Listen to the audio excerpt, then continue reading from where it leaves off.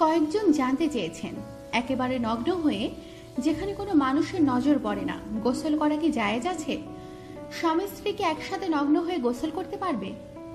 উত্তর, উলঙ্গ হয়ে গোসল করা জায়েজ আছে, কিন্তু সুন্নত পরিপন্থী। মোস্তাহাব ও উত্তম হলো লুঙ্গি ইত্যাদি বেঁধে গোসল করা। কেননা আবু দাউদ শরীফে বর্ণিত আছে, রাসূলুল্লাহ সাল্লাল্লাহু আলাইহি ওয়াসাল্লাম ইরশাদ করেছেন, মহান আল্লাহ লজ্জাশীল ও পর্দাকারীকে পছন্দ করেন, তাই তোমাদের কেউ যখন গোসল করে তখন সে যেন পর্দা করে নেয়। গোসলখানায় যদি কোনো পর্দাহীনতা না হয় তাহলে উলঙ্গ হয়ে গোসল করা জায়েজ আছে। এমনিভাবে পর্দার ত্রুটি না হলে খোলা স্থানেও উলঙ্গ হয়ে গোসল করা জায়েজ আছে এবং গোসলের অজুতে নামাজ জায়েজ। গোসলখানা বা বাথরুমে লাইটিং এর ব্যবস্থা না থাকলে বাতি বা বিদ্যুৎ দ্বারা আলোর ব্যবস্থা করে নেবে।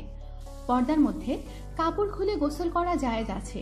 এমনিভাবে খোলা মাঠে পুরুষের নাভি থেকে হাঁটু পর্যন্ত কাপড় বেঁধে বাকি অংশ খোলা রেখে গোসল করা জায়েজ আছে।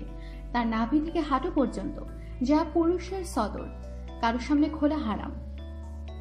আমাদের সাথেই থাকুন, সাবস্ক্রাইব করুন।